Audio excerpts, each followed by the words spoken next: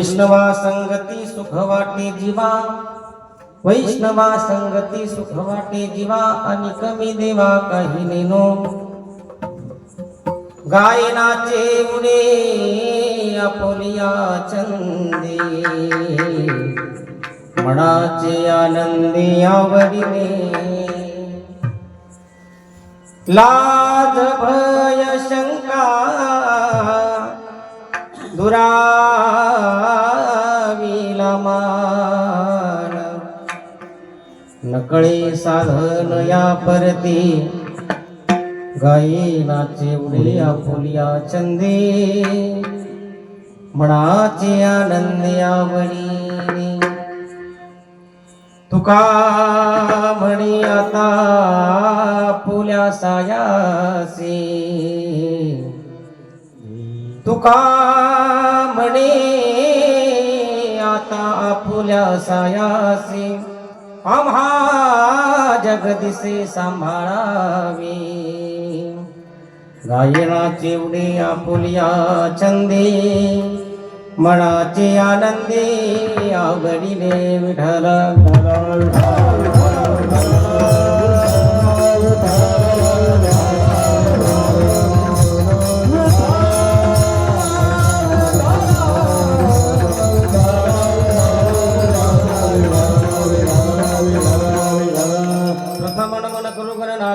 शंकराची स्वतः चरणावरी ठेवू निमाता साष्टांगी आता दंडवत. नमो विठ्ठला राधया पांडुरंगा, नमो रुक्मिणी माऊली ज्ञानगंगा, नमो पुंडलीक, नमो चंद्रभागा. नमस्कार माझा त्या रुक्मिणी पांडुरंगा, महायोगपीठे तटे विवरत्यं. वरं पुंडलिकाय धातुमिन्द्रे समागत्य तिष्ठन्तमानन्दकन्दं परब्रह्मलिङ्गं भजे पांडुरंगा.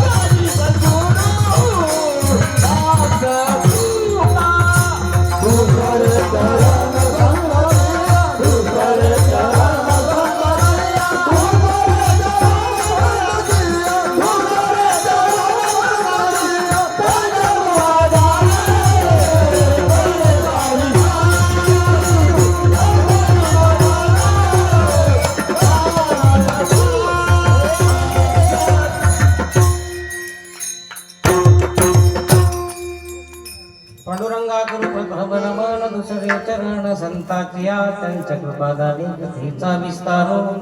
बाबाजी सद्गुरुदास तुका. ओम नमो ज्ञानेश्वरा, करुणा करा दया, तुमचा अनुग्रह लादलो.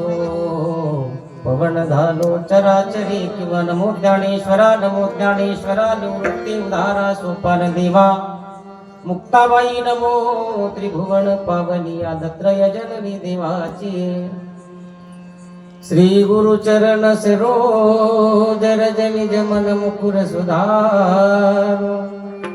बरणऊ रघुवर विमल जसुजो, दायक फलचारो. बुद्धिहीन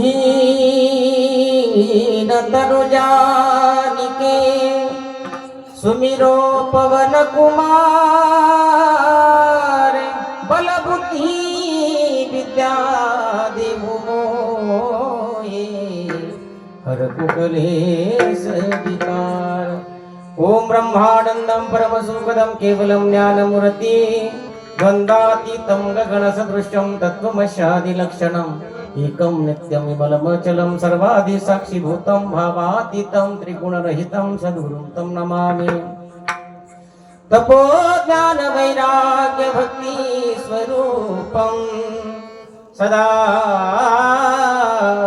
अलंकृतं साधु संन्यास योगं मुखे यस्य वेदांत शास्त्रार्थ नीति। नमो नारायण गिरिजी परब्रह्म स्वरूपम।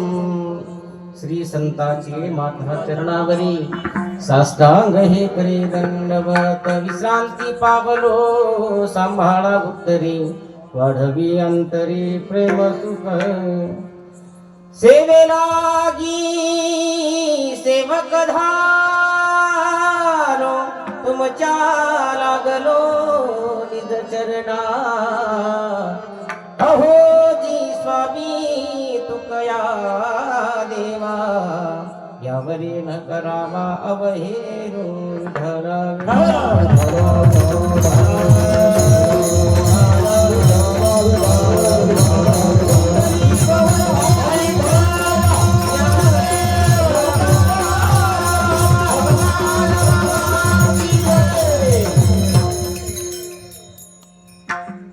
वैष्णवा संगती सुख वाटे जीवा अनेक मी देवा काही नेनो।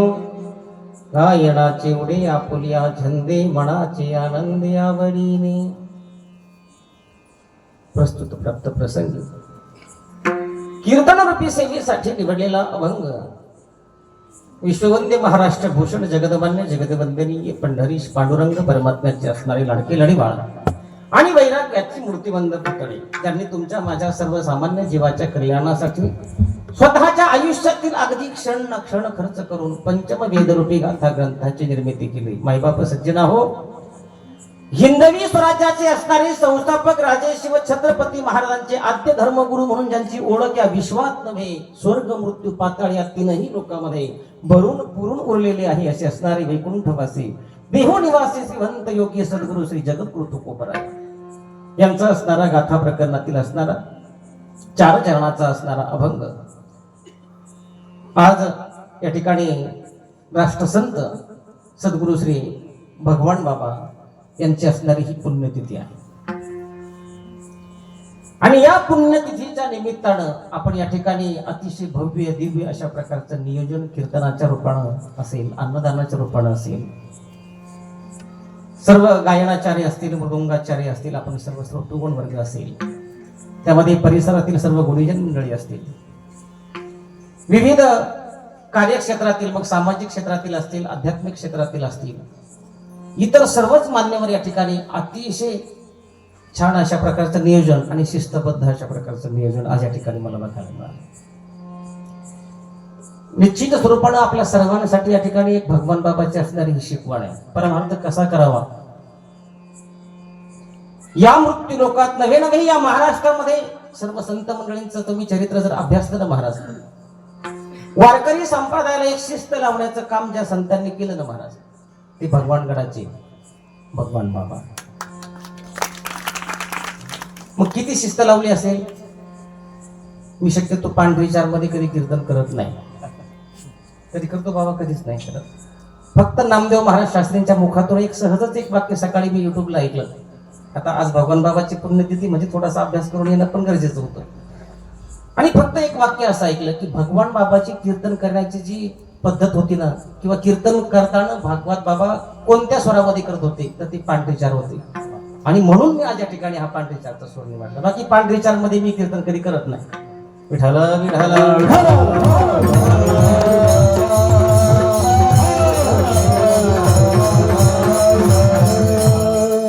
जीवनामध्ये आल्यानंतर अगदी गरीब सर्वसामान्य माणसाच्या जीवनाचा उद्धार करण्याचं काम ही संत मंडळी करत असतात.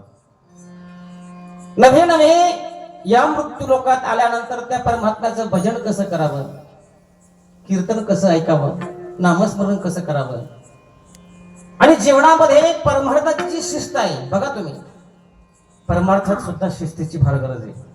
आणि ते शिस्त शिकवणारे आमचे नामदेव महाराज शास्त्री असू द्या, आणि ही भगवान बाबांची असणारी परंपरा आहे. मग त्यामध्ये भीमसी बाबा जरी असले महाराज, विठ्ठल महाराज शास्त्री गहिनीनाथ गडाची, त्यांचीही अशीच एक शिस्त होती महाराज. कारण जीवनामध्ये आल्यानंतर शिस्तीच्या पलीकडे त्यांचा परमार्थ तुम्हाला कधीच कुठं ऐकायला मिळणार नाही. त्यांचं चरित्र अभ्यासण्याचा प्रयत्न करा. उगाच भगवान बाबाने पाण्यावर बसून ज्ञानेश्वरी वाचली म्हणजे त्याच्यासाठी काहीतरी साधना असते महाराज. जन्माला आल्यानंतर भगवान बाबा ज्या कुटुंबात आले ना महाराज, ते कुटुंब साधारण कुटुंब आहे. फार असं काही त्याला वारकरी संप्रदायाचा वगैरे काही वारसा वगैरे असा काही प्रकार नाही. जी तुपाजी पाटील नावाची जी गृहस्थ आहे, किंवा ज्या कौतिकाबाई आई साहेब आहेत महाराज, त्यांच्या पोटी भगवान बाबांचा जरी जन्म झालेला असेल महाराज, पण त्या घराला फारसा वारकरी संप्रदायाचा वारसा नव्हता. एक 5 वर्ष, अवघ 5 वर्ष, 5 वर्ष म्हणजे वय तर किती असतो महाराज? आता या मुलाचं वय मला वाटतं जास्त असतं, 4.5 वर्ष बस. भगवान बाबाच्या वयातला हा मुलगा येतो माझ्या पाठीमागे उभा. म्हणजे 5 वर्षाचं वय असताना जीवनामध्ये माणिक बाबाच्या कडून अनुग्रह घेऊन आणि मी स्वतः परमार्थ करतोय. आणि ज्यावेळेस आई वडील बाबांकडे त्या गहिनीनाथ गडावरती, भगवान गडावरती धौम्य ऋषीचा एक गड आहे, धौम्य ऋषीचा डोंगर होता, आणि त्या ठिकाणी एकनाथ महाराजांचे जे गुरु आहेत महाराज जनार्दन स्वामी, त्यांची असणारी तिथं काय आहे, समाधी आहे बघा. आणि मग जीवनात आल्यानंतर, तिथं आल्यानंतर आई वडील ज्यावेळेस आपल्या मुलाला पंढरीची वारीतून, माणिक बाबांच्या बरोबर जो भगवान पंढरीच्या वारीला गेला ना पंढरपूरला, पुन्हा आल्यानंतर घरच्या माणसाला कौतुक लागलं. बघा तुम्ही, 5 वर्षाचा मुलगा घरी न विचारता, घरी कुणालाही न सांगता पंढरीच्या वारीला जातोय. याचं काय कारण असेल? इतका सहजच तो पांडुरंग परमात्मा कुणाच्या अंतर्मनामध्ये सहज जागा देत नाही महाराज. कुणाच्याही अंतकरणात बसायला तो काही एवढाही वेळा नाहीये. त्याच्यासाठी मागच्या काही जन्मांचं असणारं पुण्य आपल्या जीवनामध्ये कुठेतरी काहीतरी सामुग्री त्याचा संचय त्या ठिकाणी झालेला असला पाहिजे. एका ठिकाणी नाथबाबा सांगतात, अनंत जन्मीचे सुकृत पदरी त्याचे मुखी हरी पैठा होय. जीवनामध्ये एका जन्माचं पुण्य जर असेल तर इतका सहजासहजी माणूस संत होऊ शकत नाही. त्याला बहुत सुकृताची जोडी. म्हणून विठ्ठल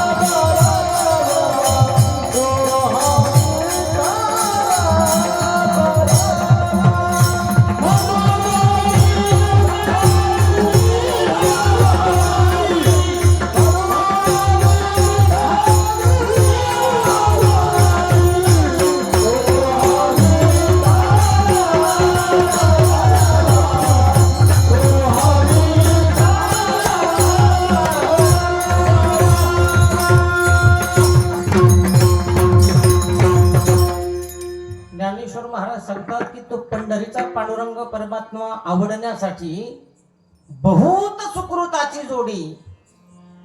आणि म्हणून विठ्ठल आवडले. जन्मोजन्मी आम्ही बहु पुण्य केले, तेव्हा या विठ्ठले कृपा केली. फार जन्मीचं असणारं पुण्य आपल्या बरोबर असावं लागतं महाराज.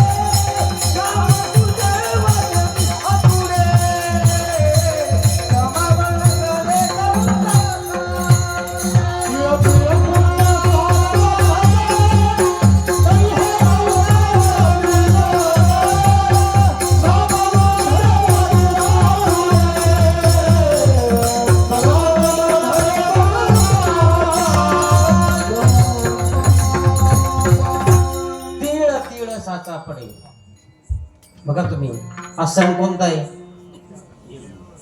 बोल घ्या एकदा बाबांसाठी थोडं काळे बाजू अतिशय योग्य प्रमाणे मला असे प्रमाण देणारे कीर्तनात असले पाहिजे. नाहीतर प्रमाण आम्हाला कधी कधी असे ऐकायला मिळतात ना महाराज, असं वाटतं हे उपरणन फेटा इथं टाकून पळून जावं का ना, असं होतं कधी कधी. अतिशय समर्पक प्रमाण. मला सांगा, तीळ तीळ साचा पडी. आज मला वाटतं 10 वर्षापूर्वी या कार्यक्रमाची सुरुवात झालेली आहे. आजचं हे 10वं वर्ष आहे, बरोबर आहे. आणि योगायोगाने बघा, आजचा योग माझ्या जीवनामध्ये असेल, आपल्या सर्व वारकरी मंडळींच्या जीवनामध्ये असेल, आपल्या सर्व श्रोतोगणांच्या जीवनामध्ये असेल. आज संक्रांतीच्या दिवशी भगवान बाबाची असणारी पुण्यतिथी आहे. जगद्गुरु तुकोबारायांचे एक अभंग आहे. त्या अभंगानुसार मला वाटतं आज भगवान बाबा सुद्धा वैकुंठातून म्हणत असतील, देवतिळी आला गोडे गोड जीवाला, साधला हा पर्व काळ गेला अंतरीचा मळ. मला वाटतं आपल्या अंतरकरणाचा जो मळ आहे ना, तो नाहीसा झाला तर पर्व काळ साधता येतो. जो आजचा पर्व काळ भगवान बाबाने साधला. बघा, संत कुणाच्याही घरात जन्माला येत नाही, एवढं सोपं नाही बरं काही गोष्ट. एखादा वारकरी आपल्या कुळामध्ये, आपल्या घरामध्ये, आपल्या भावकीमध्ये जन्माला येण्यासाठी फार पुण्य असावं लागतं. जगद्गुरु तुकोबारायांचा इतिहास बघा तुम्ही. विश्वंभर बाबापासून 7 पिढ्या अगोदर त्या पंढरीची वारी त्यांच्या प्रत्येक युगामध्ये, प्रत्येक काळामध्ये, प्रत्येक वंशजानं जगद्गुरु तुकोबारायांची असणारी ती वारी सफल केली महाराज. म्हणून जगद्गुरु तुकोबारायांचा अवतार आहे. जगद्गुरु तुकोबाराया सोडा तुम्ही, सगळे संत मंडळींचा इतिहास बघा तुम्ही.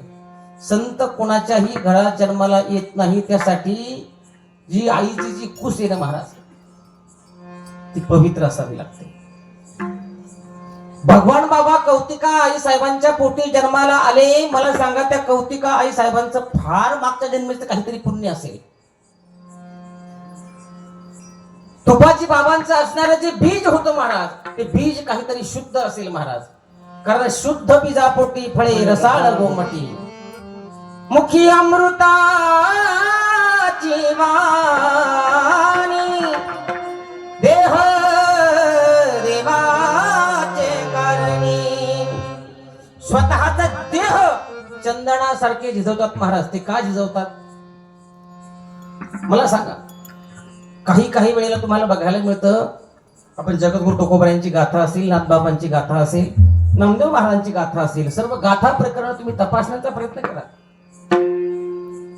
संत मंडळी कधी कधी आपल्याला, आता संत तसं वास्तविक पाहताना जर बारकाईनं जर चिंतन केलं ना महाराज, संत आपले कोण आहेत हो?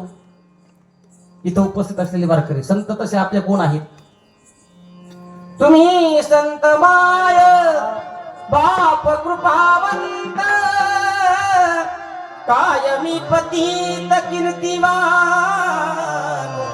अवतार तुम्हा धराया कारण, उद्धाराया जन जड जीवा. मला सांगा, या जड जीवाचा, आपल्या अज्ञानी जीवाचा उद्धार करण्यासाठी या मृत्यू लोकात संत जन्माला येतात.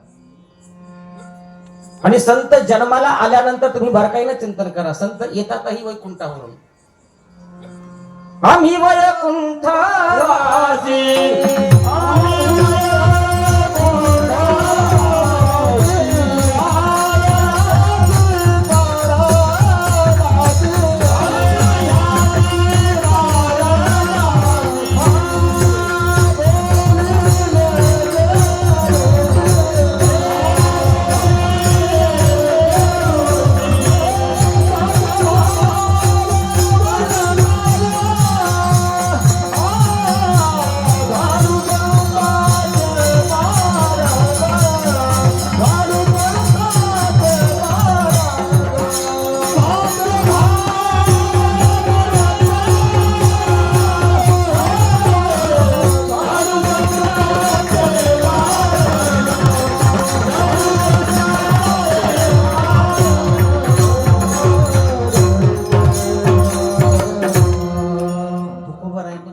आम्ही वैकुंठवासी आलो याची कारणाशी, बोलिले जे ऋषी साच भावी. झाडू संताचे मार्ग, आडराणी भरले जग.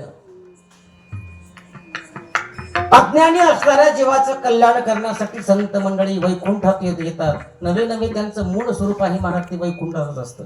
ते येतानाही वैकुंठात येतात आणि जातानाही पुन्हा वैकुंठातच जातात. म्हणून जीवनामध्ये आल्यानंतर ती संत मंडळी आपल्या सर्वसामान्य जीवाच्या कल्याणासाठी येतात. जगाच्या कल्याणा संतांच्या देह कष्ट विधी परोपकारे, परोपकार करण्यासाठी येतात. येथे उपकारासाठी, येथे उपकारासाठी, येथे उपकारासाठी, येथे उपकारासाठी,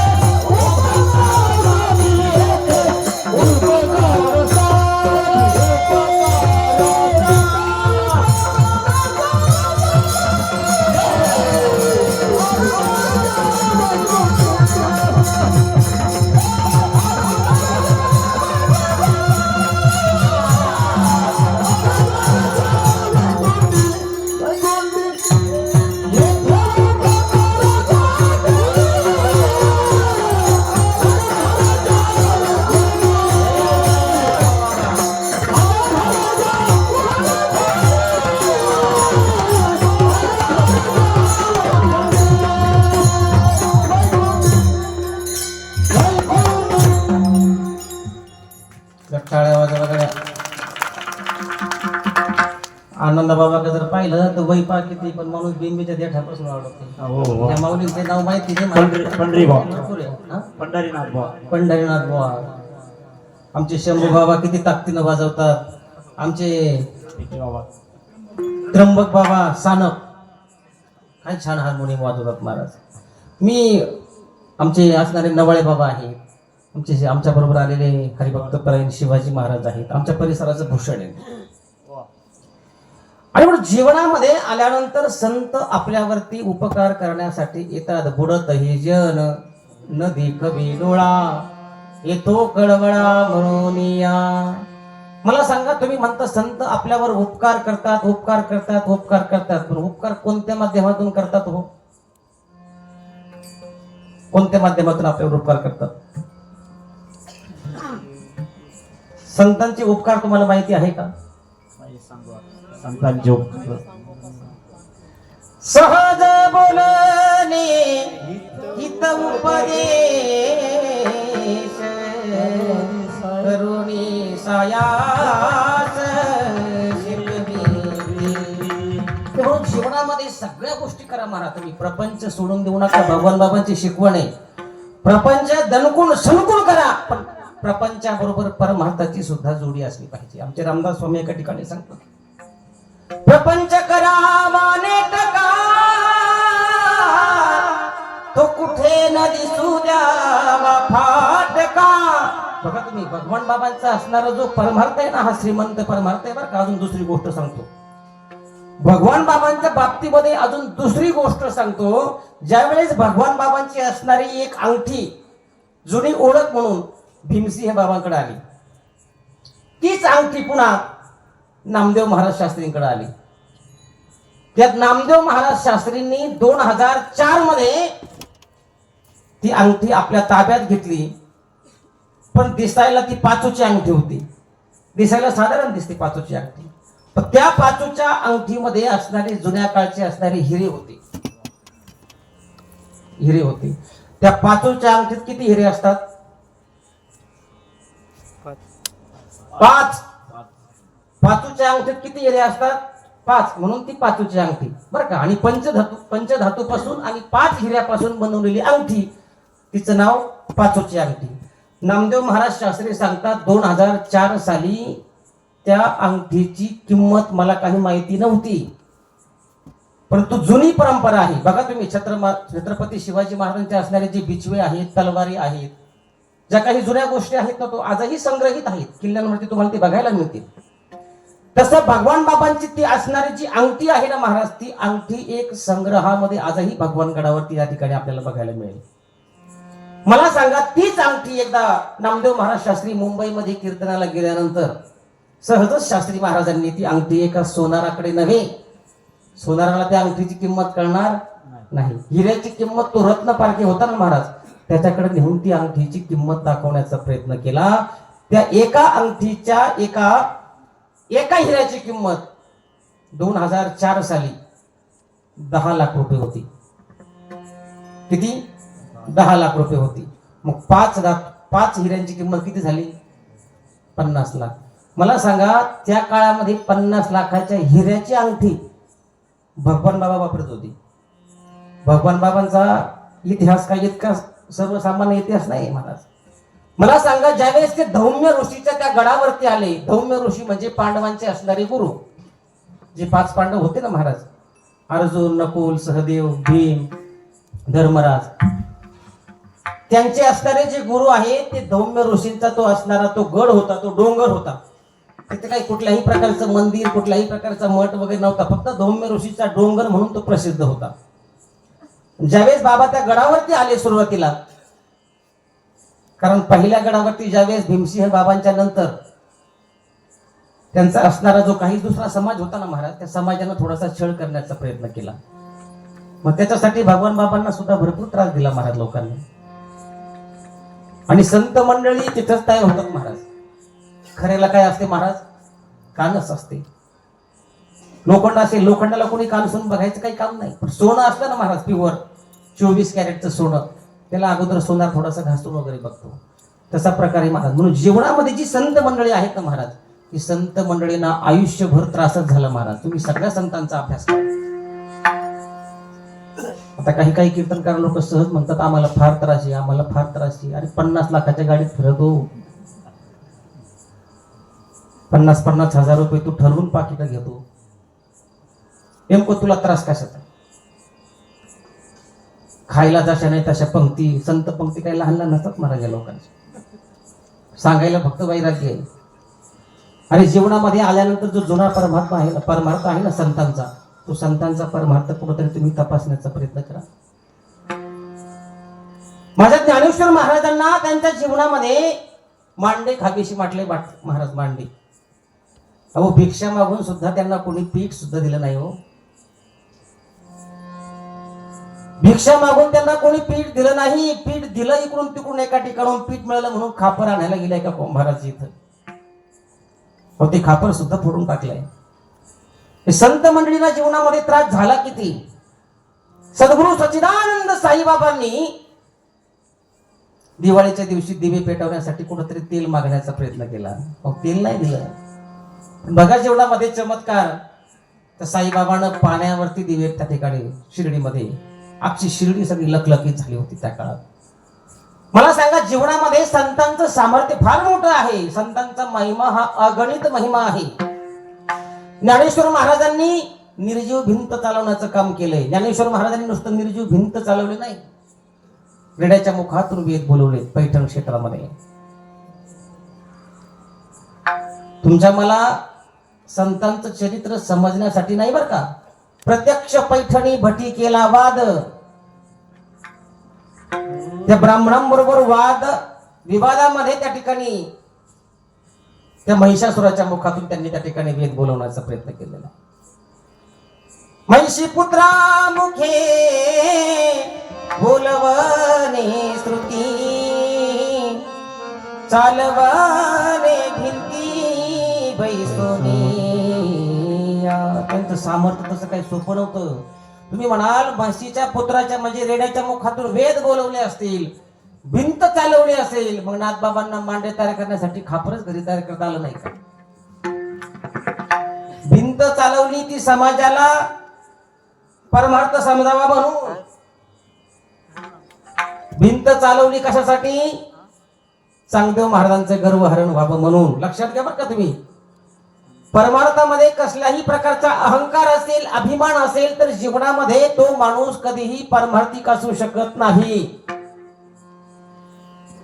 अरे तुमच्या गळ्यामध्ये टपुऱ्या माळे असल्या, धोतर घातलं तुम्ही, कमरेला कुठंतरी काहीतरी पटका बांधा, डोक्याला फेटा बांधा, म्हणजे तुम्ही फार मोठे कीर्तनकार झाला असा गैरसमज कृपया कोणी करून घेऊ नये. तुमच्याकडे ज्ञान असेल, विद्वत्ता असेल, पण जर तुम्हाला त्या ज्ञानाचा आणि त्या विद्वत्तेचा जर त्या ठिकाणी अहंकार होत असेल तर मला वाटतं जीवनामध्ये तुमचा परमार्थ कधीच सफल होणार नाही. तुकोबाराय सांगतात, टिळे टोपी माळ देवाचे गबाळ, वांगवी ओगाळ वागवी ओंगाळ पोटासाठी. कशासाठी ते, फक्त आपले ढेरग भरण्यासाठी. अरे जीवनात परमार्थ करायचा असेल ना महाराज, तर कुठल्याही प्रकारचा अहंकार चालत नाही. अंतकरणाची जी अवस्था आहे ना महाराज, ती सतचित आनंदाची अवस्था आपल्या अंतकरणाची तयार झाली पाहिजे. सोपं नाही. संत शिरोमणी सावता महाराजांच्या अंतकरणामध्ये, हृदयामध्ये जागा देव स्वतः मागण्यासाठी आलाय. पंढरपूरला गेलं म्हणजे देव भेटतो हा सगळा गैरसमज आपला चुकीचा आहे. लक्षात घ्या. न लगती सायाच जावे वनांतरा, सुखे येतो घरा नारायण. त्या पुंडलिक रायासाठी त्या पंढरपूरला 28 युगापासून तो पांडुरंग परमात्मा उभा आहे. माळ घालणं म्हणजे परमार्थ नाही, कीर्तन करणं म्हणजे परमार्थ नाहीये, दिंड्या करणं, सत्य करणं म्हणजे परमार्थ नाहीये. आपल्या घरात आई वडिलांची सेवा जर योग्य पद्धतीने जर होत असेल तर जीवनामध्ये सर्वात मोठा परमार्थ तो आहे. माय बाप केवळ काशी, तेने न जावे तीर्थासी. तुकोबाराय सांगतात, तुका म्हणे माय बापे अवघी देवाची चरणी, अवघी देवाची चरणी, अवघी देवाची चरणी. तुका म्हणे माय बाप अवघी देवाची चरणी, अवघी देवाची चरणी, अवघी देवाची चरणी. तुका भार माय बापे अवघी देवाची चरणी, अवघी देवाची चरणी, अवघी देवाची चरणी.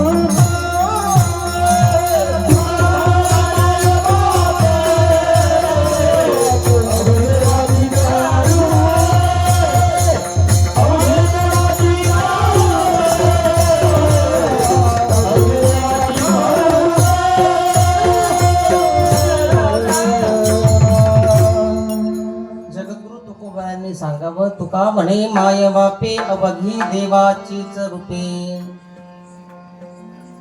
या कलियुगामध्ये देव इतका सहजासहजी कुणाला भेटत नाही, लक्षात घ्या. पण त्या पंढरीच्या मालकानं आपल्याला सर्वांसाठी इतकी उत्कृष्ट अशा पद्धतीची सोय करून दिली ना महाराज. प्रत्येकाच्या घरात विठ्ठल आणि प्रत्येकाच्या घरात रुक्मिणी देव्हाऱ्यात पुजाव्या अशा पद्धतीने आणून बसवले. बाप कसाही असला ना महाराज, तुम्हाला शब्द समजला का? पण बाप कसाही असला तरी तो आपला पांडुरंग आहे. आईच्या बाबतीत तर विचार करण्याची काही गरजच नाही. आणि जीवनामध्ये ज्या कौतिका आई साहेबानं, तुपाजी पाटलानं, छोटस असणारं बाळ होतं महाराज, लहानपणीच ती त्या ठिकाणी गुरु राखण्याचं काम करू लागलं. लहानपणी भगवान बाबांनी गुरु राखण्यासाठी सुरुवात केली. म्हणजे गोकुळात श्रीकृष्ण परमात्म्यानं केलं ना महाराज, ते माझ्या भगवान बाबांना सुरुवातीला केलं, लक्षात घ्या. म्हणजे भगवान बाबा जे आहेत ना महाराज, तोच गोकुळीचा असणारा श्रीकृष्ण परमात्मा. अजून सांगू, भगवान बाबा जे आहेत ना महाराज, ते आळंदीचे ज्ञानेश्वर महाराज आहे. आणि वामन भाऊ जे आहेत ना महाराज, ते साक्षात जगद्गुरु तुकोबारायांचा असणारा अवतार आहे. जीवनामध्ये आल्यानंतर वैराग्य कसं असावं हे वामन भाऊंनी शिकवावं. आणि सर्वसामान्य जीवाला ज्ञान किती असावं, मग प्रपंचाचं असू द्या, परमार्थाचं असू द्या, किंवा इतरही काही ज्ञान असू द्या, ते ज्ञान संग्रहित करून समाजासमोर ठेवण्याचं काम ज्यांनी केलं ना, ते राष्ट्रसंत भगवान बाबा. अरे जीवनामध्ये अशी कोणतीच गोष्ट नाही की ती भगवान बाबाने सर्वसामान्य जीवाला समजवली नाही महाराज. त्यांनी सांगितलं, आता बीड वगैरे तो भाग जर तुम्ही बारकाईनं चिंतन केलं ना, तर आपला भाग फार बरा आहे. आपला भाग फार बरा आहे, सजन भाग आहे आपला. ती लोक सगळे आमच्या प्रवरा कारखान्याला, संगमनेर कारखान्याला असणारे, तोडीला येणारे सगळे लोक तेच आहेत. आयुष्यभर कष्ट करणारे लोक आहेत महाराज. पण मी काही तोडेवाल्यांचे सुद्धा मुलाखती घेतल्या बरं का. ते ऊस तोड कामगार आहेत ना महाराज, सहज 2-4 जणांच्या, आता आमच्या परिसरात आल्यानंतर मी सहज विचारतो एखाद्याला, कारण ती शंका आपल्या मनात आली ना, सहज विचारायचं. कारण भगवान गडासारखा श्रीमंत गड नाही, आणि तो गड ज्यांनी उभा केला ना महाराज, ते गरीब ऊसतोड कामगार आहेत महाराज. अहो 2-2, 3-3 लाख रुपयाचं सीझन जर त्या ठिकाणी या प्रवरा परिसरातून, आमच्या परिसरातून त्यांनी जर घरी नेला ना महाराज, तर 50-50, 51-51 हजार रुपयाच्या पावत्या त्या भगवान गडासाठी ते देतात. भगवान गडासाठी. मला सांगा, जो माणूस वर्षभर 2 लाख रुपये कमवतोय आणि 50,000 रुपये जर भगवान गडासाठी जर दान देत असेल महाराज, मग त्याच्या अंतकरणाची, तुम्ही चिकित्सक वृत्तीनं त्याचे अंतकरण कसं असेल हे शोधण्याचा प्रयत्न आपण प्रत्येक जीवाला केला पाहिजे. आज आपल्या गावामध्ये प्रभू रामचंद्रांचं मंदिराचं काम सुरू आहे, बरोबर आहे की नाही? प्रभू रामचंद्रांचं मंदिराचं काम या ठिकाणी सुरू आहे. आणि जसं अयोध्येमध्ये मंदिराचं काम पूर्णत्वाला गेलं ना महाराज, तसं या ठिकाणी गुळवंश क्षेत्रामध्ये सुद्धा ते पूर्णत्वाला जाणार आहे. परंतु एवढं भव्य आणि दिव्य, मला मगाशी सानप सरांनी त्या ठिकाणी ते मंदिराचं एक आर्किटेक्टचा फोटो मला दाखवला, ते इंजिनिअरचा महाराज. त्या मंदिराचा फोटो पाहिल्यानंतरच असं मन गहिवरून येतं महाराज, इतकं सोपं आहे. अहो 14 वर्षाचा वनवास रामायणामध्ये व्यास ऋषींनी, महर्षींनी त्या ठिकाणी लिहून ठेवलेला आहे, आपल्याला तो वाचायलाच मिळतो महाराज. पण खरा वनवास प्रभू रामचंद्रांना झाला ना, तो आताच्या काळात झाला महाराज. आणि 500 वर्ष राम मंदिराची त्या ठिकाणी काम त्या ठिकाणी बंद होतं महाराज. आणि आजही बघा तुम्ही, प्रत्येक गावामध्ये आज नवीन नवीन मंदिरं उभारण्याचं काम चालू आहे.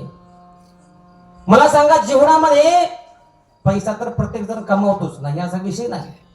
आयुष्यभर प्रपंच भरलं की पैसा आला, कारण प्रपंच हा व्यवस्थेशिवाय चालतच नाही. तिथं कष्ट करणं आलं, पैसा कमावून आलं. पण जीवनामध्ये आल्यानंतर थोडा का होईना, थोडा म्हणतो मी तुम्हाला, फार जास्त सांगत नाही, पण प्रत्येकानं त्या प्रभू रामचंद्रांच्या मंदिरासाठी स्वइच्छेनं आणि अंतकरण शुद्ध ठेवून होईल तेवढं जर दान देण्याचा प्रयत्न जर केला ना महाराज, मी तर म्हणतो एवढं मंदिरच काय, पण याच्यापेक्षा असे 4-4 मंदिर तुम्ही गावात बांधशाल. फक्त त्याचा विचार करून बघा तुम्ही, आणि प्रत्येकानं ते देण्याचं काम करा. कारण जीवनामध्ये जगद्गुरु तुकोबराय सांगतात, जर आपण त्या ठिकाणी जर दान देण्याचा जर प्रयत्न जर केला ना महाराज, इतर परमार्थ करायला तुम्हाला गरज नाही काहीच. मला सांगा, आपण परमार्थ करतोय, सर्व भजन पूजन करतो, कशासाठी करतो? आपण गेल्यानंतर आपल्याला कुठेतरी उत्तम अशा प्रकारची गती प्राप्त व्हावी, आपल्याला मोक्षाची प्राप्ती व्हावी, बरोबर आहे का? जगद्गुरु तुकोबराय सांगतात, जर तुम्ही तुमच्या जीवनामध्ये प्रपंचात काही पैसा कमावला आणि तो जर उदार अंतकरणाने जर दान देण्याचा प्रयत्न जर केला ना, उत्तमाची गती तो एक पावे, उत्तमाची गती तो एक पावे,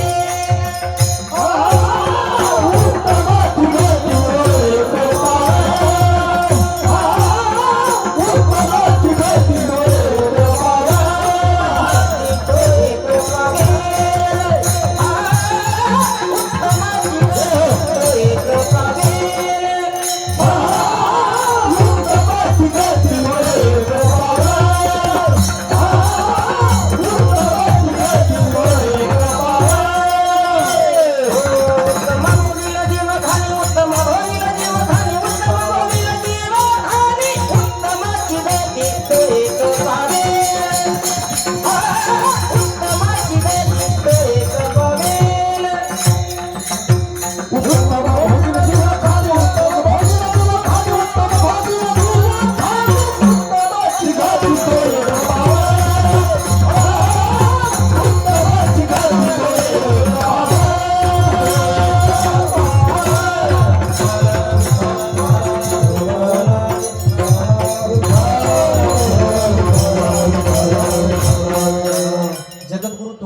सांगावं, जोडून या धन उत्तम व्यवहारे,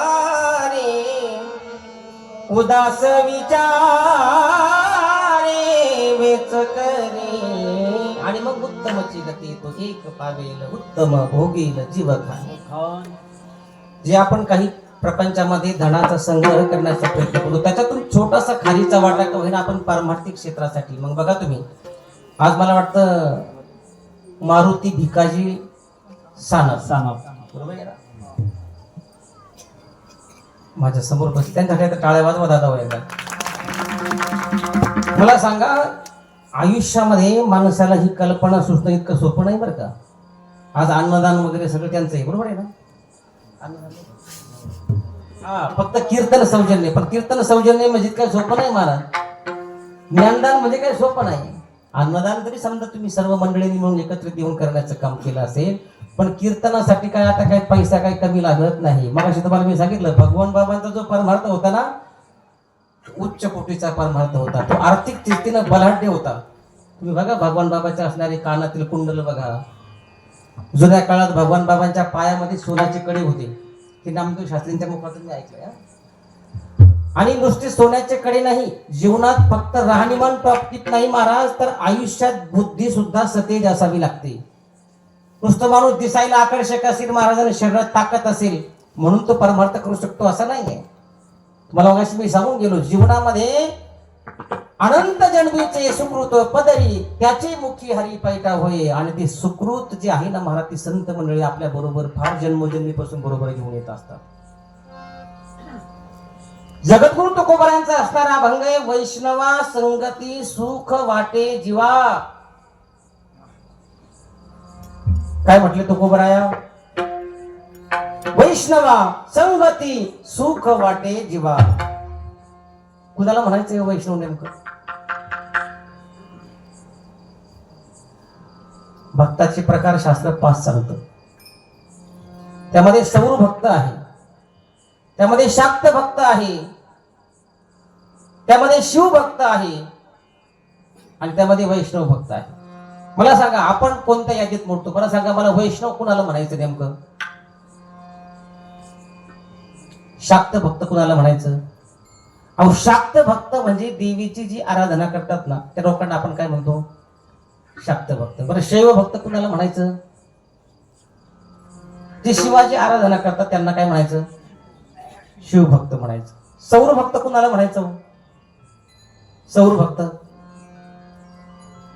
इथं आहे का कोणी सौर भक्त? आपल्यात बसलेला एखादा सौर भक्त सूर्याची उपासना करतात, ते फक्त साधू.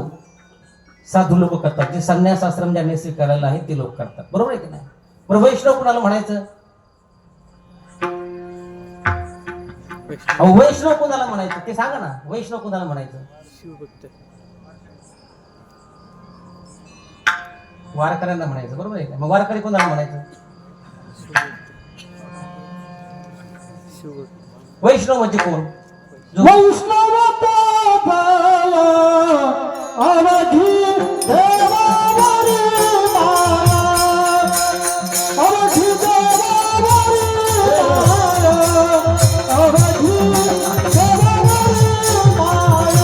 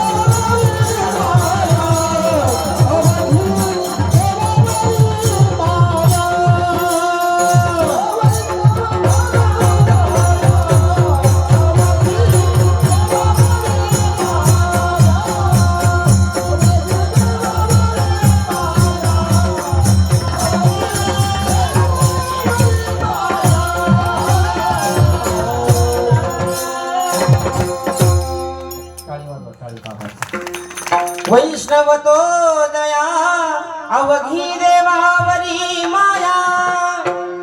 मला सांगा, वैष्णव तुम्ही काय म्हटले? वारकरी, बरोबर आहे की नाही?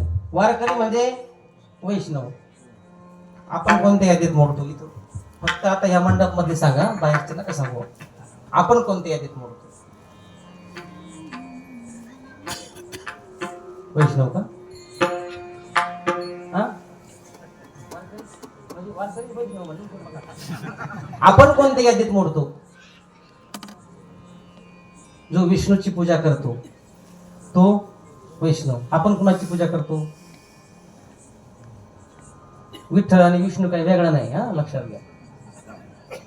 आपण फक्त त्या पंढरीच्या मालकाची पूजा करतो, बरोबर की नाही? करत नाही असा विषय नाही. पण महाराजांनी आता मग अशी प्रमाण दिलं, वैष्णव तो जया अवघी. अवघी म्हटल्या देवावरी माया. इथं कोणाकोणाचं देवावरती प्रेम आहे त्याने फक्त हात वरती करा. सगळ्यात जास्त देवावरती प्रेम करणारा माणूस मला इथं बघायचा आहे गुळवंश मध्ये. 2 हात वरती केलं, 3 4. वा, तुम्ही दोन्ही हात वर केले, मोठा बल दिसला का मला ते? हा, म्हणजे 2-3 जण आहे इथं वैष्णव भक्त, बरोबर आहे की नाही? 3 जण तुम्ही वैष्णव भक्त आहेत. वैष्णव भक्ताची त्यांनी व्याख्या सांगितली, वैष्णव तो जया अवघी देवावरी माया. तुम्हाला प्रपंचात कुठलीच गोष्ट आवडत नाही. त्या ताईनं हात केला मगाशी वरती. प्रपंचात दुसरं कोणतीही गोष्ट तुम्हाला आवडत नाही. पती आवडत नाही. मुलं देवापेक्षा जास्त की देव जास्त आवडतो? हा, देव सगळ्यात जास्त आवडतो. खोट आहे सगळं. तुम्हाला सोनं आवडतं का? सोनं प्रपंचात नाही. किती गळ्यात आणून द्या बरं, इथं आणून द्या आता. हा, अहो इथं सगळं लटकाय महाराज. मनी नाही भाव म्हणे देवा मला पाव. अरे मनी नाही भाव म्हणे देवा मला पाव. देव शान पावायचा नाही. देव बाजारचा भाजीपाला नाही. देव बाजारचा भाजीपाला नाही. आपल्या अंतःकरणातला जर भाव जर अशुद्ध असेल ना महाराज, तुम्ही किती म्हणा मला देव आवडतो, नाही नाही. वेळ आली की तुम्हाला सगळ्यात जास्त मुलं आवडतील, काकाचा बाप आवडल, भाऊ आवडल. भावाचे तर गाणी महिलांची किती पाठ आहेत. आता आम्ही सगळं त्या ठिकाणी शेवंती वगैरे चालू असले मग ऐका फक्त. त्याच्या पाय दरवाजाला सोन्याची कुलप नेऊन लावत्या महाराज. भरच्या आला मागे तिथं गेल्यावर. म्हणजे प्रपंचामध्ये आपल्याला ह्या सगळ्या गोष्टी आवडतात आणि ज्याला ह्या सगळ्या गोष्टी आवडतात त्याला देव आवडू शकत नाही. नावडे जनधन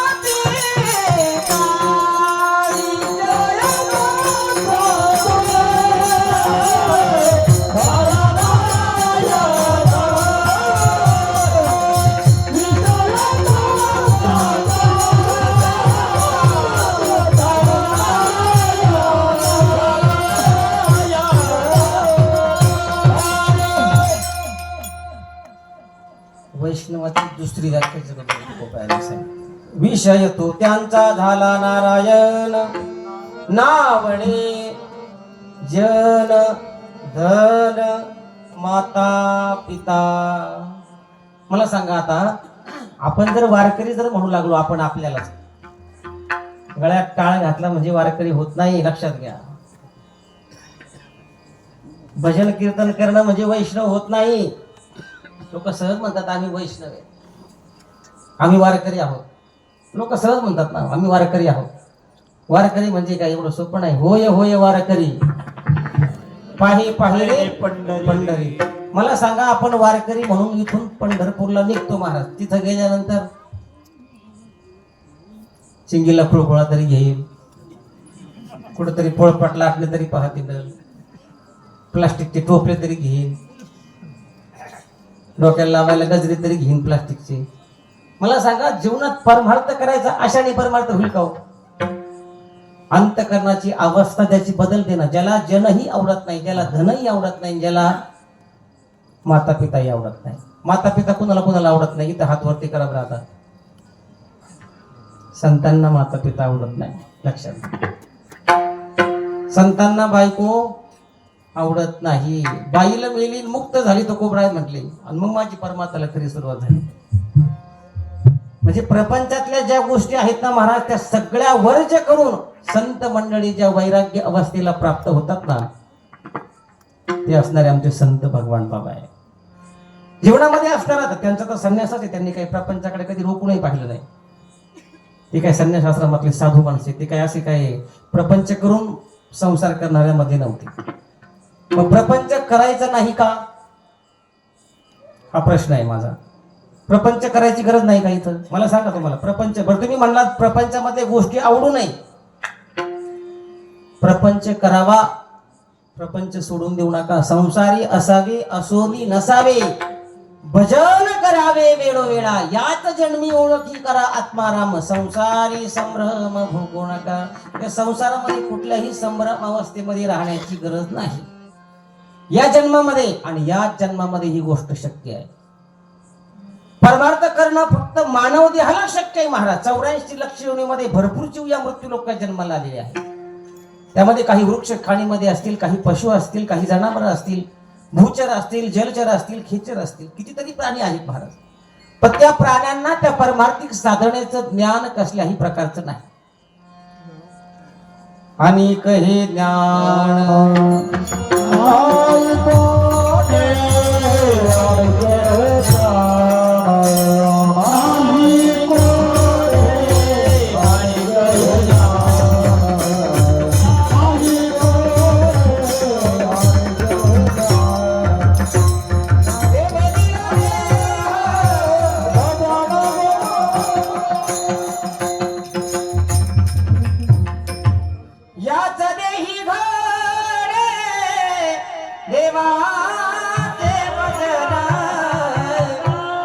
आणि कहे ज्ञान नाही कोठे. इथं बसलेल्या पैकी फक्त नरदेह, आता स्त्री असेल किंवा पुरुष असेल, पण जे मनुष्य देहाला या ठिकाणी या मृत्यू लोकात प्राप्त झालेत ना महाराज, तेच इथं बसलेत. तिथं कुठं गाढव, कुत्रे, जनावर कुठं येऊन बसणार नाही. आणि जनावर कधीही कीर्तनात टाळी वाजवणार नाही. जनावर कीर्तनात कधीही टाळी वाजवणार नाही. नाही, बरोबर आहे ना? कुणी कुणी आता पण टाळी वाजवली बरं भजन चालू झाल्यावर? इथं सांगा बरं, हात वरती करा त्याने फक्त. बाकीची परमार्थ करत असताना जीवनामध्ये टाळी न वाजवू देण्यासाठी फार मागच्या जन्माचं असणारं पाप आडवं येत असतं. तुकाराम महाराजांचं प्रमाण येते. मी माझ्या मनात सांगत नाही बरं. तुका मानणारा पाप टाकेल पार, पाप टाकेल पार, पाप टाकेल पार. तुका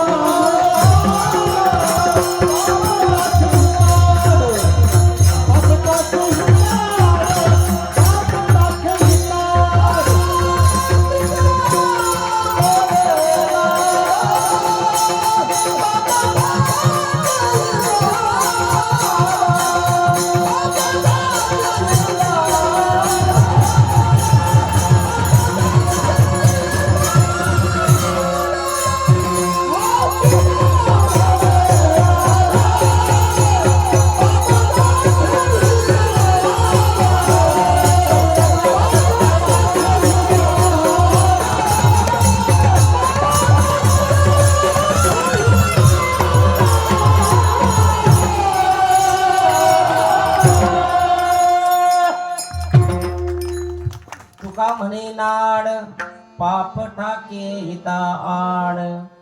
पाप जर असेल ना महाराज आपल्या पूर्वजन्मीचं काही आपल्या बरोबर आलेलं, ते निश्चित रूपानं या नरदेहाला येऊन सुद्धा परमार्थ करू देत नाही. याच्यासाठी पुण्य, अगोदर पुण्याचा संचय असावा लागतो.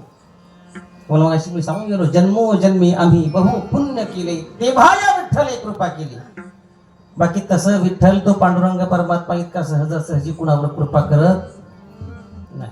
मला सांगा, अंतकरणातला भाव जर शुद्ध असेल ना महाराज, शुद्ध ज्याचा भाव झाला, दुरी नाही देव त्याला. आणि आपल्या अंतकरणाची अवस्था शोधूनच तो परमात्मा आपलासा होत असतो, इतरत्र नाही. आता तुम्ही जनाबाईला विचारा, मुक्ताबाईला विचारा, संत भगवान बाबाला विचारा, आमचे सराला बेटाचे सद्गुरु नारायणगिरी बाबा त्यांना विचारा. जीवनामध्ये ज्यांनी ज्यांनी परमार्थ करण्याचा प्रयत्न केला त्यांनी आपलं अगोदर अंतकरण शुद्ध केलं. काही न लगे एक भावाची कारण, तुका म्हणे आन विठोबाची. तुकाराम महाराज सांगतात, मी शपथ घेऊन सांगतो, देवाला तुमच्याकडून काहीच अपेक्षित नाही हो. देवाला तुमच्याकडून काहीच लागत नाही. भावतस्मात् देवा कारण भावतस्मात्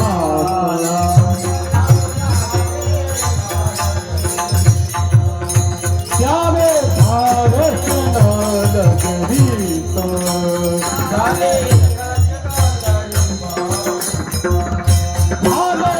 कथित तरी बहुत.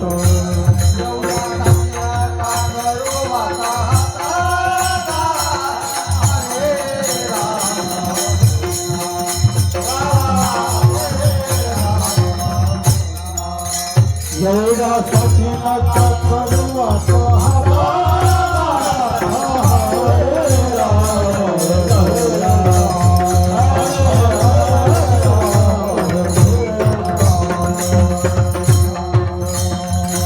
देवाला तुमच्याकडून काहीच अपेक्षित नाही महाराज. एवढा जगदानी मागे तुलसी दल पाणी, त्याला एवढीच अपेक्षा आहे महाराज. तुम्ही जशी भक्ती कराल ना महाराज, तसं तो अवतार घेऊन तुमच्या समोर तुमचं काम करण्यासाठी येतो. असे भक्ताचे घरी कामे न सांगता घरी. होय भक्ती केला तैसा, होय भक्ती केला तैसा, पुरवी धरा धरावी ती इच्छा पुरवी धरावी ती इच्छा होय भक्ती केला तैसा होय भक्ती केला तैसा होय भक्ती केला तैसा पुरवी धरावी ती इच्छा. एकदा साऊंड सिस्टीम बोलायसाठी टाळ्या वाजवाकडे फार उत्कृष्ट अशा प्रकारची सिस्टम आहे. सिस्टम नाही लोकांच्या पाहिल्या मी आणि मोठमोठ्याला पाहिल्या ट्रकाच्या ट्रका पाहिल्या बरोबर आहे की नाही. थोडस मटेरियल आहे पण जी बोटाची जी जादूगिरी ना महाराज ती भगवान बाबांना तेव्हा पटेलला देऊन टाकलेली सगळी आज सगळं कीर्तन त्या सिस्टमवर अवलंबून आहे महाराज. तुम्ही म्हणशाल महाराज फार छान गायन करतो गायक काही छान गायक तर छानच आहेत महाराज नाही सांगतात काही पण गायक छान आहेत पण मला सर्वात महत्वाचे धन्यवाद त्या सिस्टमवाल्याला द्यावे वाटतं. मला सांगा अंतकरणाची अवस्था शुद्ध व्हावी लागते. होय भक्ती केला तैसा पुरवी धरावी ती इच्छा. जीवनामध्ये आपली प्रत्येक इच्छा पूर्णत्वाला नेण्याचं काम तो भगवंत करत असतो. त्याच्यासाठी काय करावं लागतं आपलं अंतकरण अगोदर आपल्याला शुद्ध करावं लागतं. तुका भाव चित्त करावे निर्माण तुका भाव चित्त करावे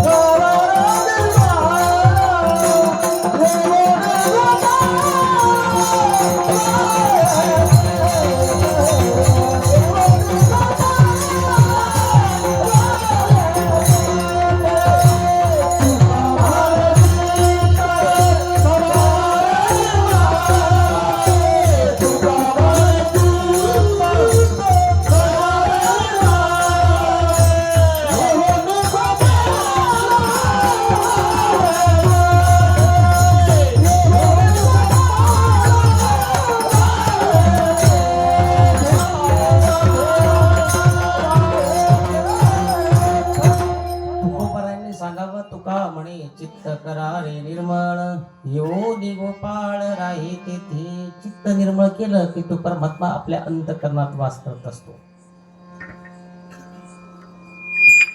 परमात्मा आपल्या अंतकरणात वास करत असतो. ही सर्व संत मंडळींनी त्यांच्या त्यांच्या जीवनामध्ये दिलेले पुरावे लक्षात घ्या. संत सद्गुरू भगवान बाबाच्या बाबतीत जर बारकाईनं चिंतन केलं ना महाराज 5व्या वर्षी सहजच माणिक बाबाची भेट व्हावी माणिक बाबाच्या बरोबर पंढरपूरला दिंडीत जावं तर वयाचं 68 वर्ष संपेपर्यंत शेवटचा श्वास घेईपर्यंत पंढरीची वारी कुठल्याही प्रकारची खंड पडू दिली नाही. त्याला म्हणायचं संत. तुम्हाला मगाशी मी सांगितलं आपण जर पंढरीची वारी करायला गेलो महाराजांना आपल्याला जर घरून जर अचानक एखादा जर फोन आला ना महाराज मग अशी ती मावशी सहज बोलून गेली ती ताई मला की मला देव आवडतो. मला सांगा आपण पंढरीच्या वारीत जर गेलो महाराज आणि आपल्याला सहजच पोराने फोन केला की तुमची मेवणी रामनाम सत्य. मला सांगा तुम्ही पंढरपूरला जाशाल का पाठीमागे जाशाल. ती ताई खुशाल म्हणते मला देव आवडतो. देव इतका सोपा नाही. देव कोणालाही आवडत नाही. देव फक्त संतांनी आवडता करून घेतला आणि संतांनाच आवडा म्हणून ते संत झाले. एका ठिकाणी जगद्गुरु तुकोबा म्हणतात आवडे निरंतर हेची ध्यान तुळशी हार गळा कासे पितांबर. आवडे निरंतर हेची ध्यान.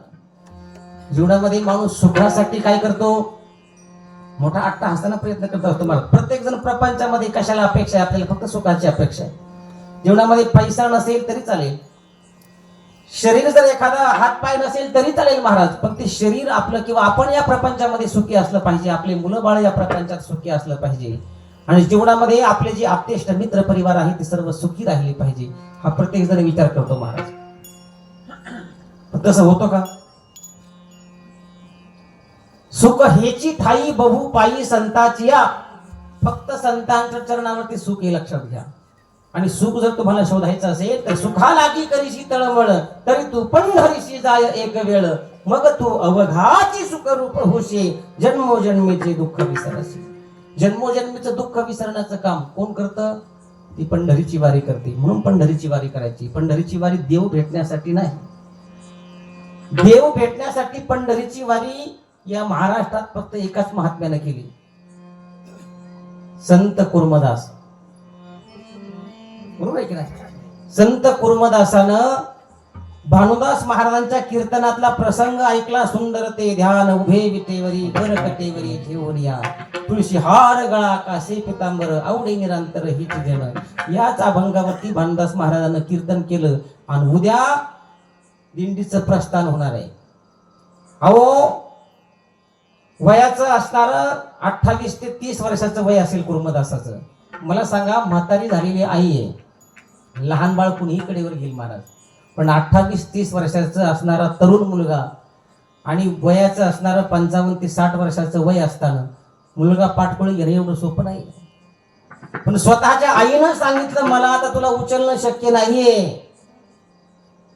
बघा तुम्ही, जीवनामध्ये त्याच क्षणामध्ये त्या कुर्मदासाला एक अनुताप झाला की माझ्या आईला जर मला उचलणं शक्य नाहीये तर मी इथं राहून तरी आता काय करायचंय. मग आईला सांगितलं, मला एकदा तू त्या ठिकाणी भानुदास महाराजांच्या कीर्तनात आता शेवटचं नेऊन घाल, पुन्हा मला कीर्तनात कुठं जायचंही नाही आणि पुन्हा मला घरी पण यायचं नाही. एकदाच पाठपोळी घातलं आणि भानुदास महाराजांच्या कीर्तनात नेऊन ठेवलं. भानुदास महाराजांचं ते कीर्तन होतं, सुंदर ते ध्यान उभे विटेवरी या अभंगावरती. ते इतकं भावलं कुर्मदासाला, इतकं भावलं कुर्मदासाला. अरे जीवनाचा उद्धार करायचा असेल तर पंढरीची वारी केली पाहिजे. त्या पांडुरंग परमात्म्याला भेटण्याचा प्रयत्न जर केला पाहिजे. ज्याने पांडुरंग परमात्म्याला भेटण्याचा प्रयत्न केला त्याचा जन्म सार्थकी लागतो. तुका म्हणे जन्म आल्याचे सार्थक, विठ्ठलाची एक देखलिया. त्या विठ्ठलाला एकदा डोळे भरून पाहिलं की जीवनाचं सार्थक होतं. एवढं कुर्मदासाला फक्त भानुदास महाराजांकडून कळालं. आणि भानुदास महाराजांचं दर्शन घेतलं. रात्रीचं संध्याकाळचं कीर्तन झालं. पूर्वीच्या काळामध्ये दिंडीने घाई ठरली की आदल्या दिवशीच वारकरी गावात जमा व्हायची. पूर्वीच्या काळातलं सांगतो बरं का, आताच नाही सांगत. काही एसटीनं जातात, कोणी म्हणतं मी अमक्या मुक्कामाला येतो, कोणी तमक्या मुक्कामाला येतो. तसं तुला गेला तर पंढरपूर परवाच पडायचे सगळं. पूर्वीच्या काळामध्ये दिंडी निघायच्या अगोदर आदल्या दिवशी पासून वारकरी सगळे एकत्र जमा व्हायची. तिथं कीर्तनाची परंपरा असायची, पूर्वी दिंडीची फड परंपरा म्हणतात त्याला. आणि त्या भानुदास महाराजांच्या कीर्तनामध्ये त्या कुर्मदासाला समजलं की आपण आपल्या जीवनामध्ये आता पंढरीची वारी केली पाहिजे. कुर्मदास महाराज म्हणजे काय, आपल्यासारखे धडधाकट नाही बरं, लक्षात घ्या. त्यांना इथून हातच नाहीये, दोनही. त्यांना गुडघ्याच्या वरपासूनच मांड्यापासूनच खाली पाय नाही. त्यांनी ठरवलंय पंढरीची वारी करायला. आपल्याला तर सगळं महाराज दिले, इंद्रिय हात पाय कान नाके दिले. इंद्रिय हात पाय कान डोळे मुख बोलाया वचन, जेणे तू जोडशी नारायण नासे जीवपण भवरोग. हे हातपाय आपल्याला परमात्म्यानं धडधाकट दिले महाराज. देवे दिला देह भजन गोमटा, तो या झाला फाटी बाधा. मला सांगा, जीवनामध्ये हे शरीर परमात्म्यानं दिलंय आपल्याला. कशासाठी दिलंय? परमार्थ करण्यासाठी. शरीर उत्तम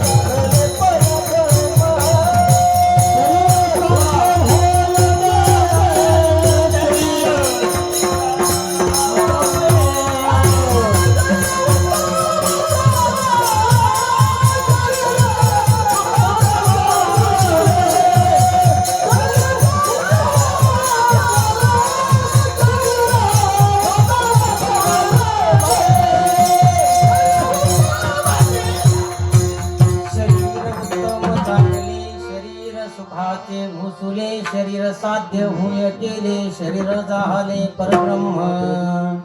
या शरीरानं ठरवलं तर आपल्याला काय होता येतं? देव होता येतं. या शरीरानं जर ठरवलं तर आपल्याला भगवान बाबांसारखं संत सुद्धा होता येतं. कारण भगवान बाबा ज्यावेळेस या मृत्यू लोकात आले ना, ते एक सामान्य कुटुंबातील कौतिकाबाई असतील, तुपाजी पाटील असतील, त्यांच्या पोटी आबा या नावानं जन्माला आलेले आहेत. लक्षात घ्या, त्यांचं नाव लहानपणीचं काय होतं? आबा होतं. मला सांगा, साधारण कुटुंबात जन्माला येणं आणि जीवनात परमार्थ करून संत पदवी प्राप्त करून घेणं इतकं सोपं नाही. लक्षात घ्या. म्हणून जीवन जगत असताना भगवान बाबाचा काहीतरी आदर्श आपण आपल्या जीवनामध्ये घेण्याची गरज आहे. थोडा तरी परमार्थ आपल्याकडून घडलाच पाहिजे, नाही असा विषय नाही. पण आपण परमार्थ करत असताना आपल्या परमार्थाची जी स्थिती ना महाराज, ती रोजच बदलत असते. मगाशी वैष्णव या शब्दावरून आपण थोडस बाजूला गेलो होतो. वैष्णव या शब्दाची व्याख्या सांगितली महाराजांनी. वैष्णव तो जया अवघी देवावरी माया, जगद्गुरु तुकोबरा सांगतात विषय तो त्यांचा झाला नारायण, नावडी जन धन माता पिता तो खरा वैष्णव आहे. मग मला सांगा, वैष्णवाची व्याख्या आपण आपल्या अंतःकरणाला विचारा. आपण सोमवार आला की देव बदलतो, मंगळवार आला की देव बदलतो. नवरात्रामध्ये बिगर चप्पलचे उपवास धरणाऱ्या महिला माझ्या समोर भरपूर बसलेल्या आहेत. 8-8 दिवस सासू सासऱ्यांना उपाशी मारतात महाराज. नवऱ्याबरोबर धडत सुईचं बोलती नाही महाराज, पण उपवास असे कडक धरतात ना महाराज. भगर खातीन, साबुदाणा खातीन, शेपूची भाजी खातीन, डांगर खातीन, जे नाही ते खातीन महाराज. पण नवरात्राचा उपवास असा कडकडीत धरतीनच. आता मार्गशीर्ष महिन्यात देगुरवार केले त्यांनी सगळ्यांनी, केले की नाही? नाही केले? कुणीच नाही केले का? तुमच्याकडे नाही का तो प्रकार महालक्ष्मीचा? नाही आहे? काय सगळं होता रे महाराज. तोच भद्रश्रवा राजा, ती श्यामला त्याची मुलगी, तीच हरिश्चंद्र का त्याची राणी. मग तेच राट्टा चालला महाराज. पुस्तकावाल्यांनी पुस्तकं छापायचे, तुम्ही 5 केळं 5 पुस्तकं घ्यायचे आणि 5 जणीला वाटून द्यायची. बरं मला सांगा, किती किती लोक बायाने उपवास केल्यानंतर त्या श्रीमंत झाल्यात? त्या फक्त उपवास केल्याने घरात बसल्या, त्यांनी काहीच केलं नाही. आणि जर प्रपंचामध्ये जर लक्ष्मी जर प्राप्त करून घ्यायची असेल ना महाराज, त्याच्यासाठी कष्ट अगोदर सर्वात महत्वाचे आहे. ही भगवान बाबाची शिकवण आहे.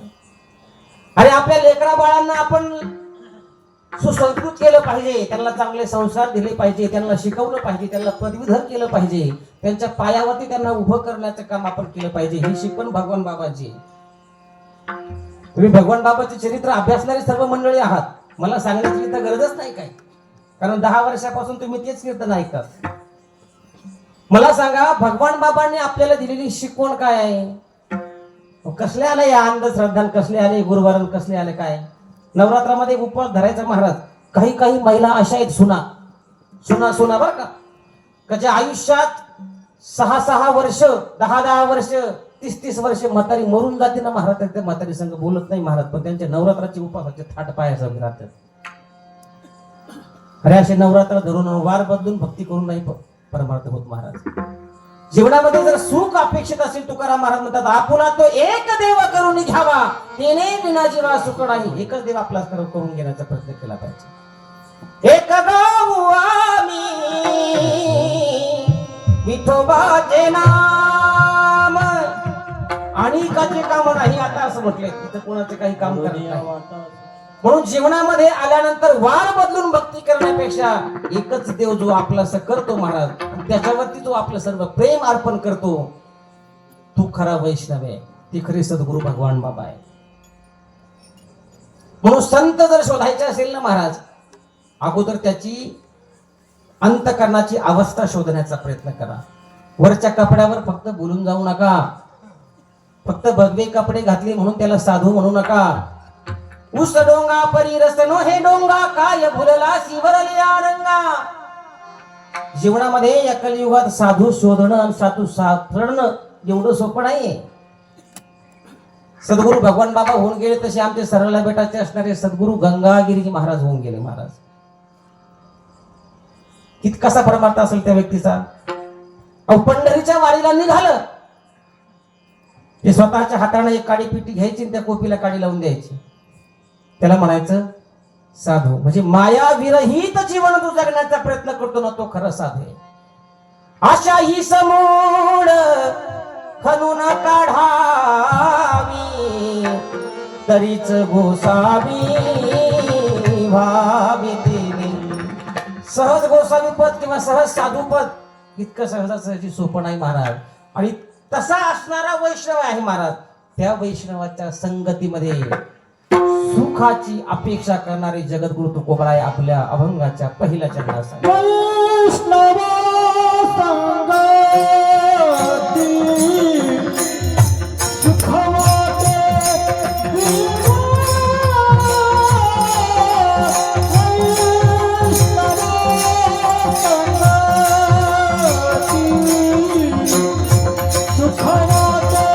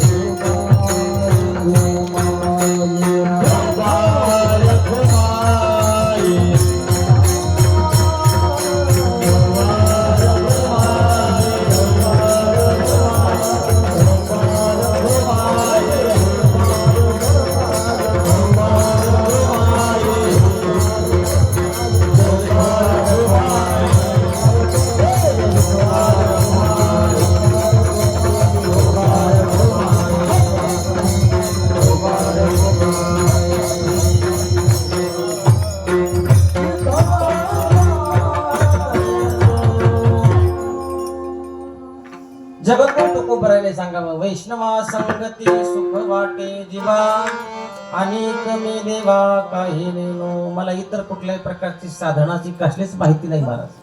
फक्त वैष्णवाची संगती आणि त्या संगतीतून मिळणारं सुख मला फक्त अपेक्षित आहे. आणि म्हणून जीवनामध्ये आल्यानंतर त्या सुखाची जी अपेक्षा आहे ती जगद्गुरु तुकोबराय अभंगाच्या पहिल्या चरणात सांगतात. आणि जे सुख मला मिळालंय त्या सुखाच्या आनंदानं मी गायना तेवढे आपुलिया छंदे मनाचे आनंदे आवडीने. परमार्थ हा मनावरती अवलंबून असतो हा लक्षात घ्या. मनस्थिती, परिस्थिती आणि वस्तुस्थिती या तीन गोष्टीवरती हे सर्व जग अवलंबून आहे. आणि म्हणून मनावरती हा परमार्थ अवलंबून आहे. एका ठिकाणी जगद्गुरु तुकोबराय मनाला उपदेश करतात. नको नको म्हणा गुंतू माया जाळी काढ आला जवळी ग्रासावया. किंवा नुसतं मनाने परमार्थ करून चालत नाही. त्याच्यासाठी वैष्णवाची संगती सुद्धा असावी लागते. मनाने जर परमार्थ जर केला ना महाराज तो सुद्धा मागे गेला ते भेटी मुकला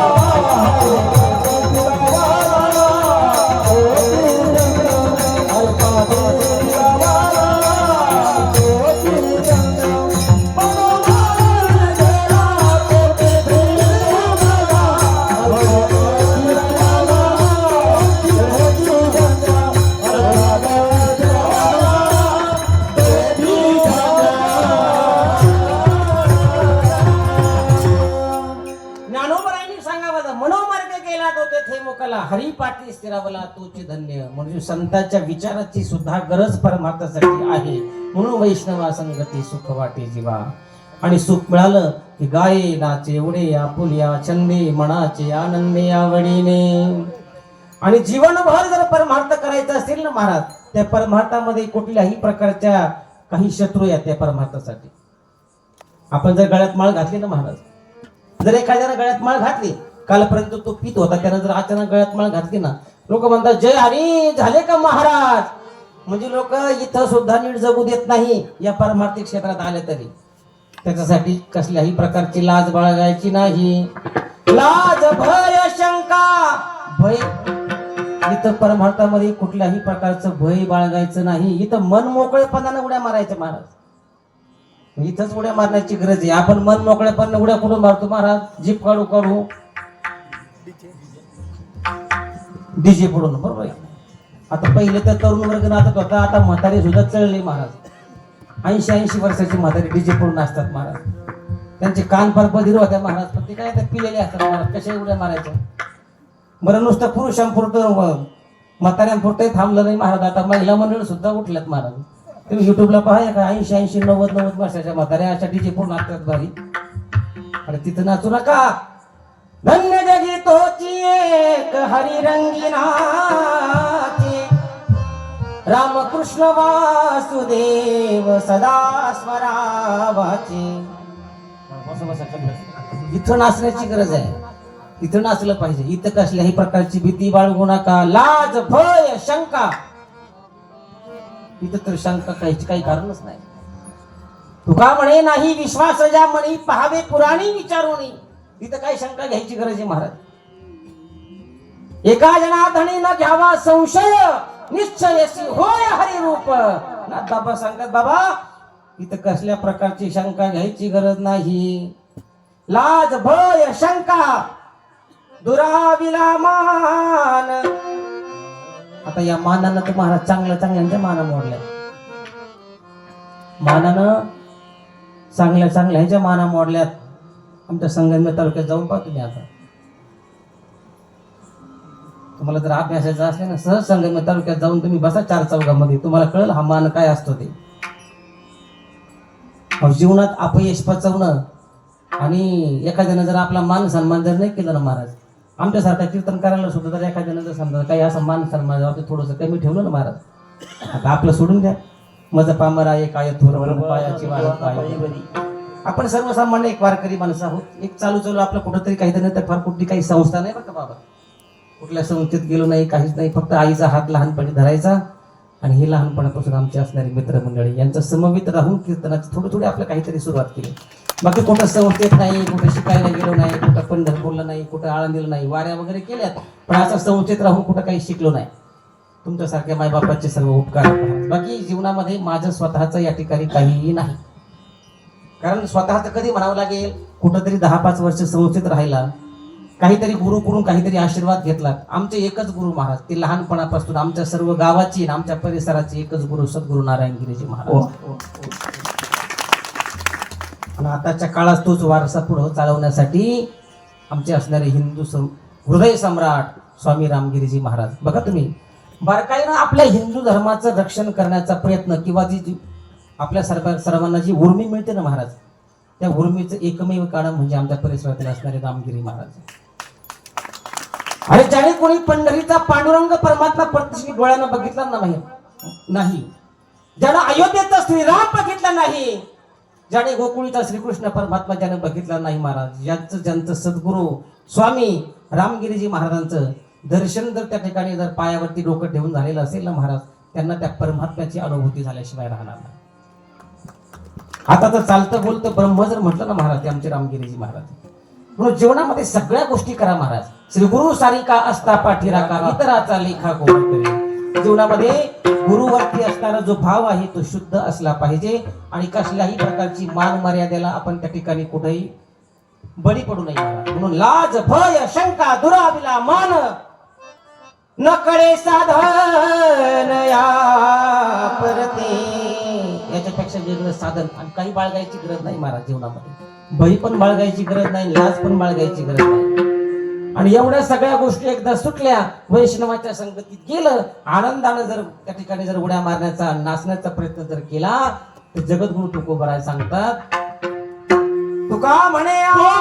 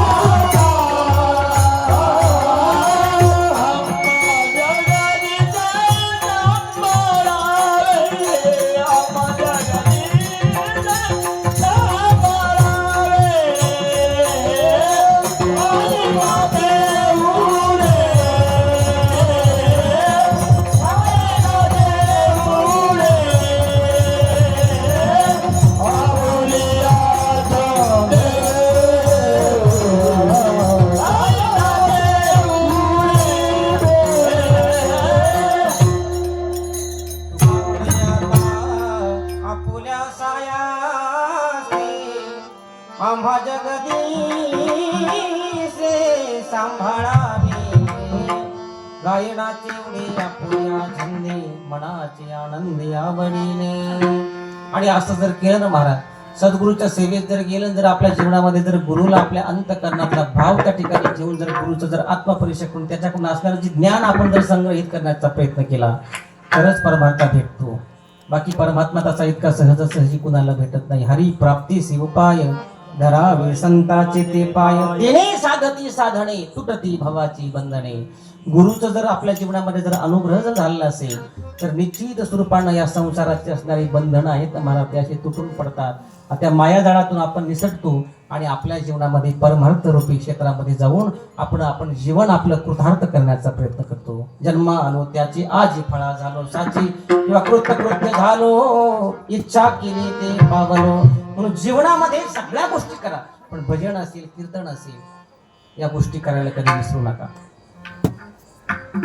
सगळ्या गोष्टी करा तुम्ही जीवनात. पैसा कमवा, प्रपंच करा मोठा, अगदी थाटामाटा जमिनी घ्या, बंगले मोठमोठाले बांधा, गाड्या घ्या, ज्या नाही त्या गोष्टी करा.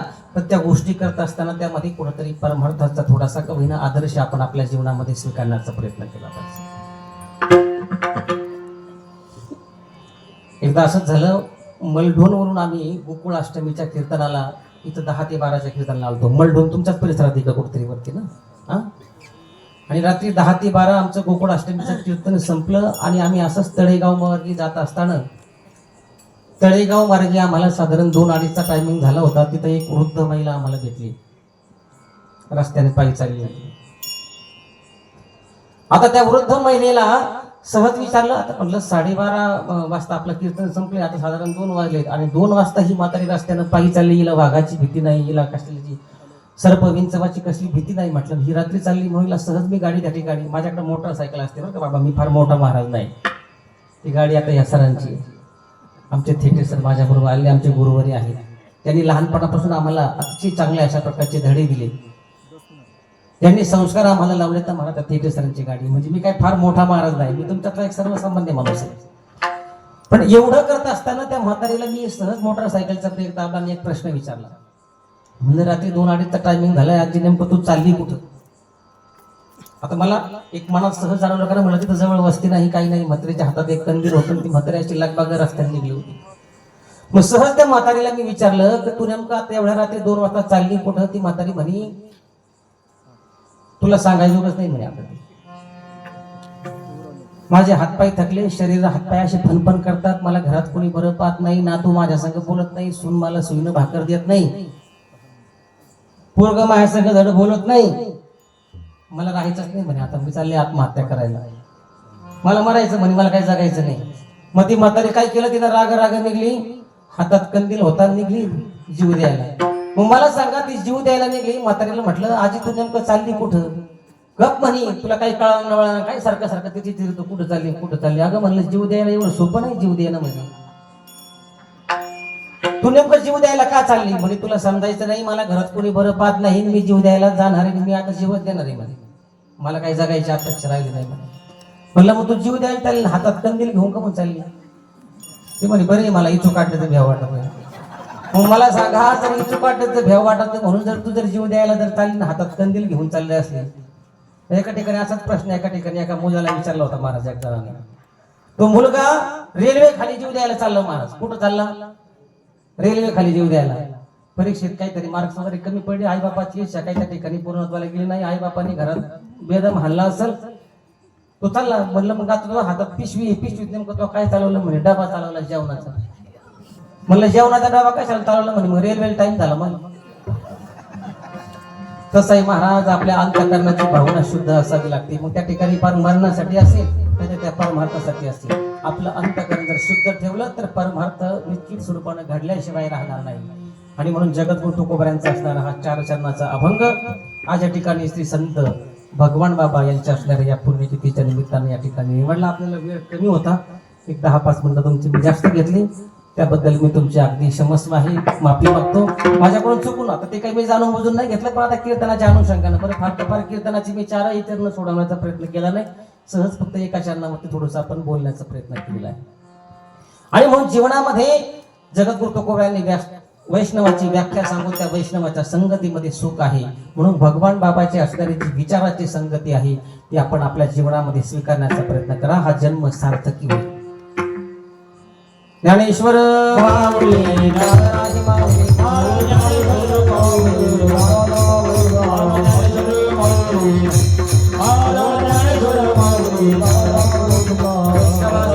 सुख वाटे जीवा आणि कमी देवा, काही रेणू गायनाची उडी आपुल्या छंदी, मनाचे आनंदे आवडी, लाज भय शंका दुरा गेला मान, नकळे साधन या परते, तुका म्हणे आता फुल्या सायासे आम्हा जगदिशा सांभाळावी.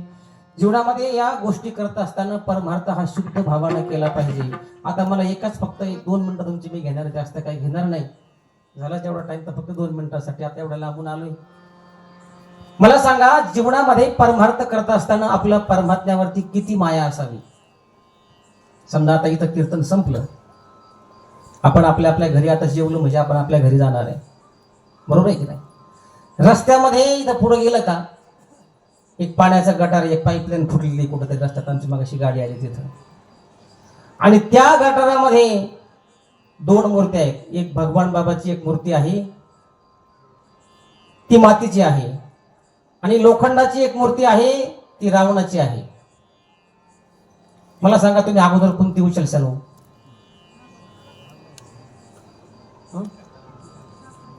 भगवान बाबाची, बरोबर आहे का नाही? हा, अजून थोडस पुढे गेलं का पुन्हा अजून एक गटार आम्हाला दिसलंय. त्या गटारामध्ये एक रस्त्यावरती पडलेली मूर्ती, ती भगवान बाबाची आहे, ती पितळाची आहे, आणि रावणाची जी मूर्ती आहे ना महाराज, ती मातीची आहे. कोणती मूर्ती उचलशाल तुम्ही? भगवान बाबाची. त्याच्या अजून थोडस पुढे गेलं महाराज, पुन्हा अजून एक गटार आहे, आणि त्या गटारामध्ये 2 मूर्त्या दिसतात. तिथं एक रस्त्यावरती मूर्ती पडली, ती भगवान बाबाची आहे, ती लोखंडाची आहे, आणि रावणाची मूर्ती पाण्यात पडलेली आहे, ती सोन्याची आहे. तुम्ही कोणती मूर्ती उचलसान आता? भगवान बाबाची. सोनं नाही पाहिजे? हा, अहो वय झालं म्हणून आता सोनं नाही पाहिजे. मला सांगा महिला मंडळ, तुम्ही कोणती मूर्ती उचलसान आता?